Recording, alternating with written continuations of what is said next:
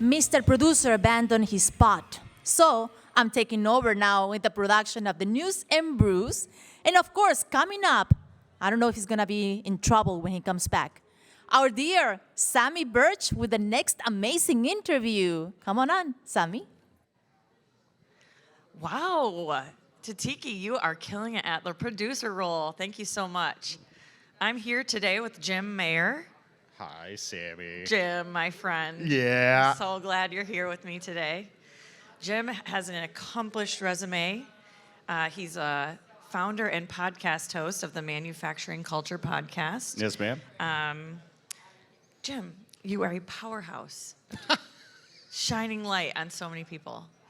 Thank you. Can you talk a little bit about the Manufacturing Culture podcast and kind of what you focus on? Yeah, so it's all about culture. I mean, the name is pretty much right on the head, right? It's the Manufacturing Culture podcast. I talk about culture in manufacturing, the people side of manufacturing. I interviewed leaders, subject matter experts, service providers about how their internal culture works, but also how different products, automation, AI, marketing can affect culture internally with manufacturers.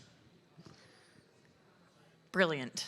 It's brilliant. You cover a wide variety of topics there. So you also are in consulting. Can you talk a little bit about that company? So I want to cover all of our bases here. You're doing so many things. Yes.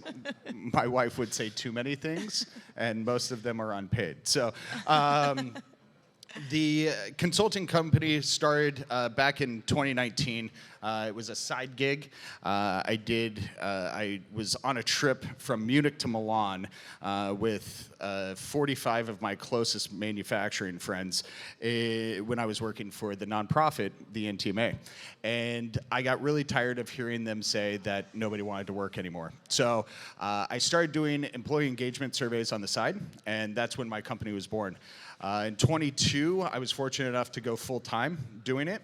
And so I help manufacturers identify the culture that they want, define where they are currently, and build that roadmap, whether it's technology-based or people-based, to get the culture that they want internally. And because of that is why the podcast was born. Yeah, that makes sense. And I think that's something that is across the board. Everybody's talking about it. Right? Absolutely. Yeah.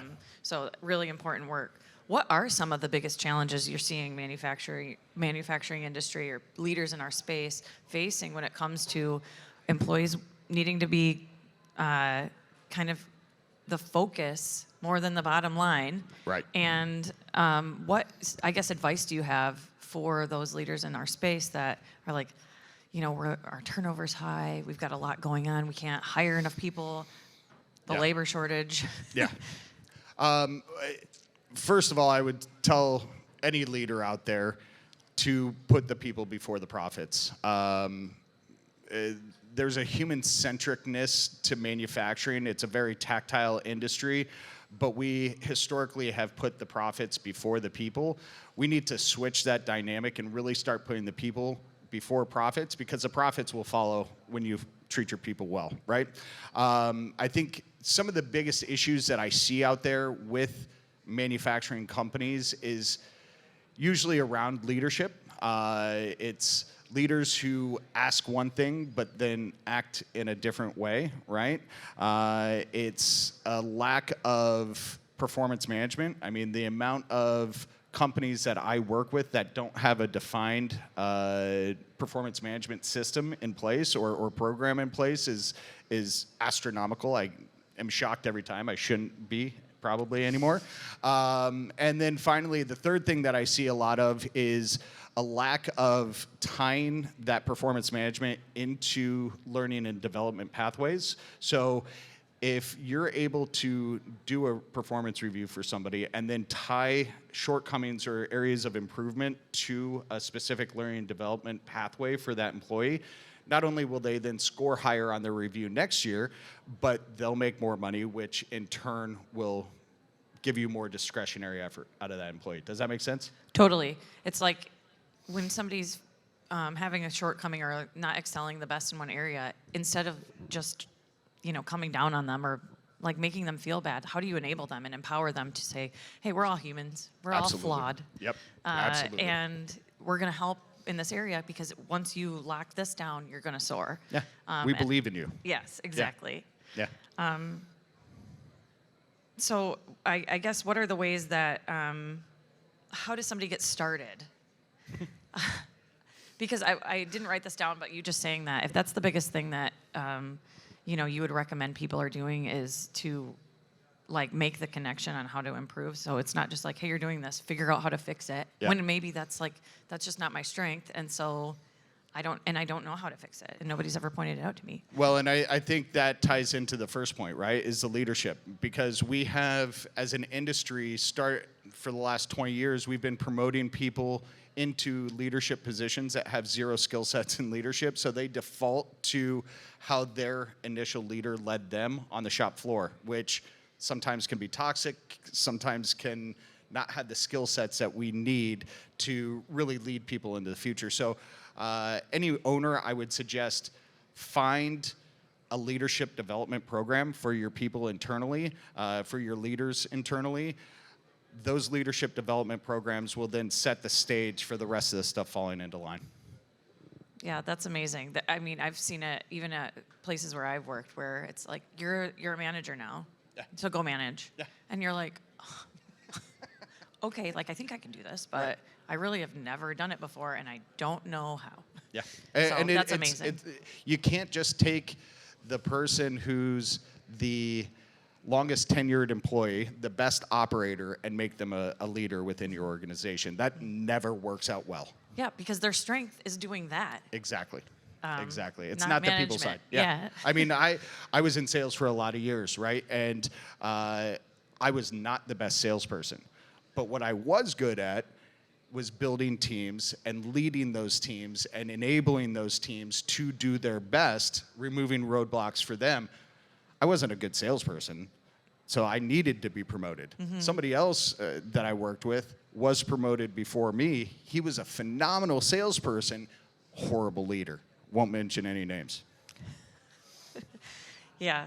Well, that's amazing work that you're doing. So let's talk a little bit about the podcast. What are some of the stories that you look for? How do you figure out, man, I want to talk to this person? Yeah, so last year, in year one, Sammy, it was just an absolute shotgun approach. Anybody who would be on the podcast, I would put on the podcast.